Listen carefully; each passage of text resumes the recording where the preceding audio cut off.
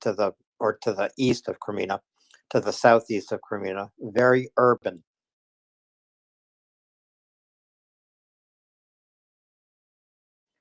Uh, how is that shaping the battle in Kreminna?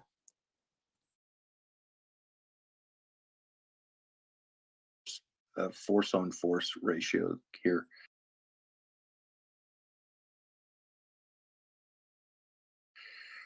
I have a hunch that the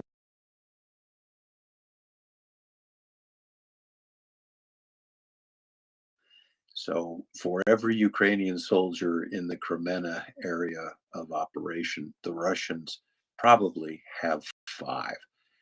Uh, that's a bit of a guess on my part. I'd say it are a lot of capable Russian units around Kreminna. And as Alan said, going south and east from Kreminna, in fact, exactly as much as a road goes exactly anywhere, the P66 highway, Lysychansk sort of urban area. So Kreminna is an urban area. Then, what is it? I don't know, 2 or 3 kilometers down the road, Rubizene, go a little farther, 3 or 4 or 5 miles, kilometers down the road, Severodonetsk, which you will remember was a city several months ago over the summer where the Ukrainians pretended to withdraw from the city. The Russians rushed in, and we had a 4 or 5 week battle where the Ukrainians were just killing Russians in the 3-dimensional battle space of that urban battle. And again, that was a case where the Russians took the bait. A political decision was made to take Severodonetsk, and they fell for it. Arguably pouring men, materiel, blood, and treasure into a town, an urban area that should have been bypassed and should have been left in the rearview mirror of a Russian combined arms thrust that pushed south of Severodonetsk and then west into the heart of Ukraine. For some reason, the Russians didn't do that. And arguably, they were probably more capable of doing that last summer than they are now. I think we're in a stage of the war where we're looking at diminishing Russian capabilities, at least for now. Okay, so to get back to Kreminna, you have an urban area there. It's one of the only places on the whole battle map, the whole war, where you have an urban area and it is surrounded by forests. To the east of Kreminna is a very large plot of forestry land. These are sort of cultivated timber plantations.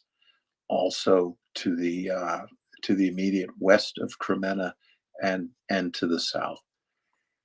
For the map I put up this evening, there was very limited Russian activity in this battle space over the last 24 hours. I went as far as to call it an operational pause. Definitely going to be the calm before the storm. I won't go through the units. You can see it in the text block on the map. But we're looking at motor rifle brigades. We're looking at airborne regiments, several elements of air assault troops, other really combined, some of them first-rate Russian units, and they are in Kreminna. Now, I don't expect there to be an air assault. I don't expect any airborne operations.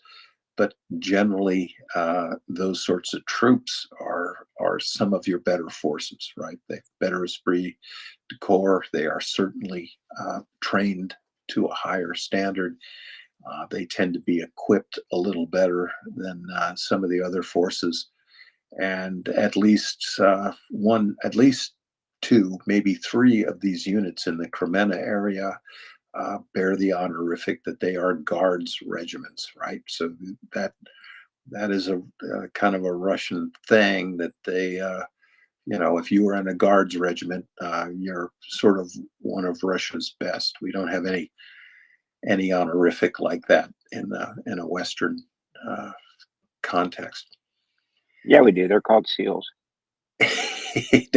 I tell you what, we don't have enough guys to man. Well, I won't tell you how many we got, but I think we're considerably smaller than Hell's Angels. I expect the Russians to do something major out of Kremenna, and I probably expect it to happen maybe tomorrow morning. Here's a solution to the Bakhmut problem. You take all those units I've just talked about, you push them out of Kremenna, you take the little village of Dubrova, you make a hardened corridor, you cross the Severodonetsk River, and you start driving for Soledar. That's how you win the Battle of Bakhmut. There are enough Russians around Kremenna, folks, to make that happen. There is no excuse that many Russians that are in Kremenna, there is no excuse that they can't make it happen. But they haven't done it yet. And they have tried. They have reached the Zerbets Reservoir, almost 10 kilometers west of Kremenna. They have actually walked the streets of the little villages of Terny, Yamplovika, Nevsky. But every Russian who got to those little villages, they didn't come home. Because whenever the Russians attack, at least around Kremenna, the Ukrainians they pull back. They give them the space, and then they tell them, go ahead and try to live in it. And these thrusts get defeated one by one, because this is the tactic that the Ukrainians show in this area. These are one of the things that make me think that they are considerably outnumbered here, and I honestly suspect they are. But all these units, guards units, airborne units, air assault units, they got the gear, they got the men, they got the ammunition, but they just can't put it together.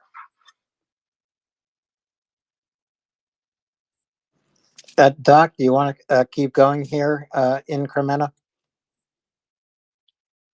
Yeah, I didn't hear about the EW stuff going on up there and them trying to suppress the drones. You might have said that, and I might have been responding to another question and missed it. If I did, let's please just go ahead and move on. Well, there's a couple things. The Russians used to be sort of unique in that they use small and large land-based radar systems as battlefield monitors, in the battle space. And they have big systems, but they also have man-portable radar units that they use. Those things in a 21st century battle space, I really, and I'm no electronic warfare guy. Okay, again, I'm an observer of electronic warfare. I know enough about it to be dangerous, but when you're on a battlefield anywhere, I always use this example, right? You're in a fight in a dark gymnasium. Everybody's got a pistol and a flashlight. You don't want to be the first guy to turn on your flashlight. That goes for air warfare, it goes for naval warfare, and it goes for ground warfare. So you turn on your battlefield surveillance radar, and you have just marked yourself out as a target, right? And in the case of the Russians, you might just catch a high-speed anti-radiation missile. Those are adapted by the Ukrainians to their MiG-29 fighters. They are mostly reserved for Russian surface-to-air missile batteries. That is their priority target, but they will also happily destroy any other battlefield surveillance radar that the Russians turn on.